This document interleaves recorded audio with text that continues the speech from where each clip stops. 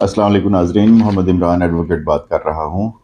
आज की वीडियो का मौजू चेक डिसऑनर होने पर सज़ा क्या है और उसकी जो पैसे हैं उसकी रिकवरी किस तरह आपको मिलेगी और चेक देने में एहतियातें जो हैं वो क्या हैं। तो वीडियो को चैनल को लाजमी सब्सक्राइब करें। इंशाल्लाह ये रोज़मर्रा मामूलात में आने वाले जो मुश्किलात हैं उनके बारे में आपको इन वीडियोज़ में रहनुमाई मिलेगी। तो नाजरीन, जो है अदालतों में जो सबसे ज़्यादा केसेस हैं, जिस तरह प्रॉपर्टी के हैं, जिस तरह खुला के हैं, बहन भाइयों के मामलात के हैं, इसी तरह ये चेक्स के केसेस भी बहुत ज़्यादा अदालतें जो हैं इसमें इन्वॉल्व हैं और बहुत ज़्यादा केसेस चेक पे भी होते हैं। लोगों का इब्हाम है कि मतलब लोगों को अवेयरनेस नहीं है, बहुत से लोगों को पता नहीं है चेक देने के बाद अगर चेक डिसऑनर हो जाता है तो उस पर सज़ा कितनी है, आया उसकी ज़मानत होती है कि नहीं होती, और कौन कौन से चेक हैं जिन पे आप पे एफआईआर नहीं हो सकती। तो थोड़े टाइम में और आसान अल्फाज में जो लीगल ज़ुबान है उससे हट के आम लोगों के जहन में या उनका जो इब्हाम है दूर करने के लिए आम फहम ज़ुबान में मैं आज को इसमें थोड़ा सा आपको ब्रीफ करता हूँ। चेक जो है ये बहुत कीमती एक डॉक्यूमेंट है। बहुत दफ़ा देखा है लोगों की गाड़ियों में चेक बुक्स पड़ी हैं, घर पड़ी हैं, ऑफिस में बाहर पड़ी हुई हैं। तो कोशिश ये किया करें कि ये एक बहुत अहम डॉक्यूमेंट है, इसको अपने पास संभाल के रखें और गैर मुतलका जो लोग हैं उनकी दस्तरस में ये चेक ना आए। बाज़ दफ़ा ये भी देखा गया है कि आपकी चेक बुक से एक दो चेक किसी ने कर लिया, आपसे मिलते जुलते साइन करके वो यूज़ किया और आपके ऊपर एफआईआर करवा दी। तो इस चीज़ चेक बुक जो है उसको संभाल के और लॉक में अपने में रखें ताकि किसी के हाथ ये ना लगे।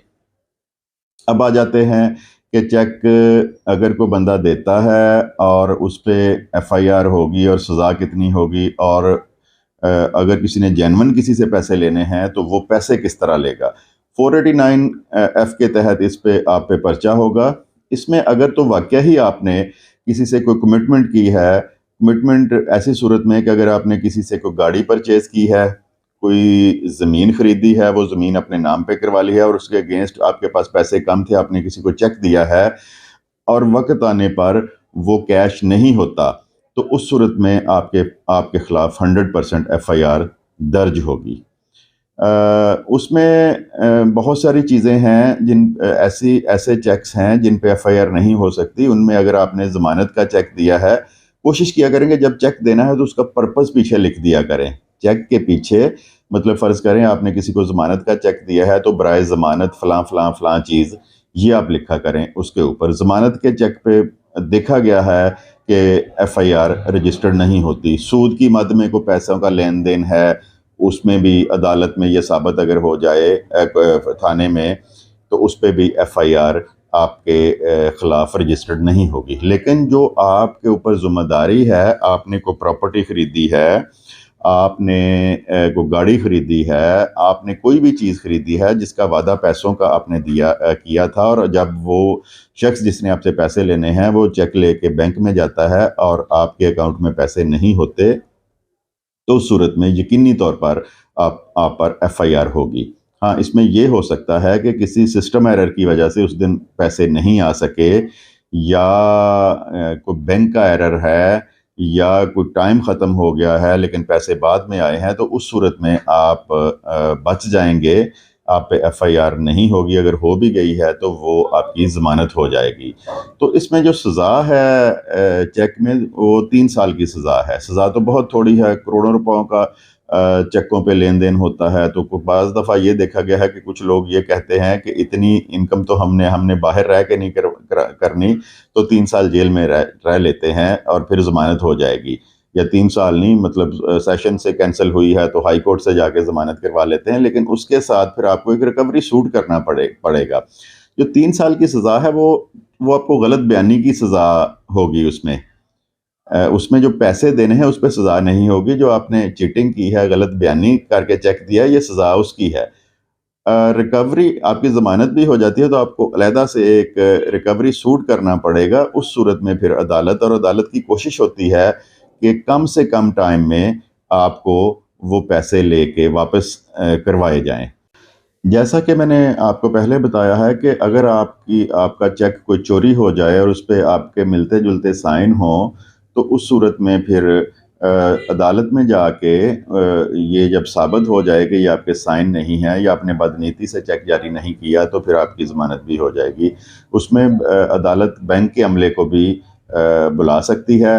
دوسری صورتیں یہ ہیں کہ اگر آپ کا چیک ڈس آنر ہو جاتا ہے، اس کے ساتھ سلپ لگ جاتی ہے، یہ میں بتا رہا ہوں کہ ضمانت آپ کی کیسے ہو سکتی ہے۔ اگر وہ جس پہ سلپ لگی ہے وہ غیر معمولی تاخیر کرے اس میں آپ پہ ایف آئی آر کروانے میں، تو اس میں بھی پھر آپ کو اس کا فائدہ ہوگا کہ اگر ایف آئی آر لگے ہوئے 6 ماہ یا سال ہو چکا اور اس کے بعد وہ آپ پہ کیس رجسٹرڈ ہوتا ہے، تو اس صورت میں پھر آپ کے ضمانت ہونے کے چانسز یا پہلے پرچہ ہی نہیں ہوگا، اور اگر پرچہ ہو جائے گا تو پھر عدالت میں آپ کو اس میں فیور مل سکتی ہے۔ دوسری صورت یہ ہے کہ آپ پہ اگر ایف آئی آر رجسٹرڈ ہو جاتی ہے اور آپ گرفتار ہو جاتے ہیں، تو اگر پھر جو آپ کے ذمہ واجب الادا رقم ہے، تو وہ رقم اگر آپ کورٹ میں جا کے یہ کہتے ہیں کہ میں اس کو ادا کر دیتا ہوں، تو پھر بھی آپ کی ضمانت ہو جائے گی۔ تو یہ تھا تھوڑا سا اس بارے میں تعارف، جس کا لوگوں کو ابہام ہے کہ سزا کتنی ہے اور بچہ کس طرح ہوتا ہے۔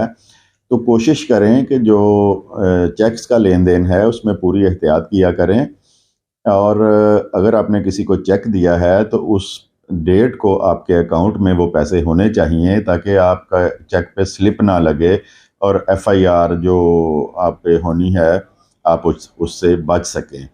تو اپنی چیک بکس کو سنبھال کر رکھا کریں، کیونکہ آپ کے ہی ملنے والے کبھی اگر آپ کا چیک وہاں سے نکال لیتے ہیں اور بعد میں اس پہ کروڑوں روپے کی رقم فل کر کے آپ کے اکاؤنٹ میں جمع کروا کے سلپ لگوا کے آپ پہ پرچہ کروا دیتے ہیں، تو پھر آپ کو بہت زیادہ مشکلات کا سامنا کرنا پڑے گا۔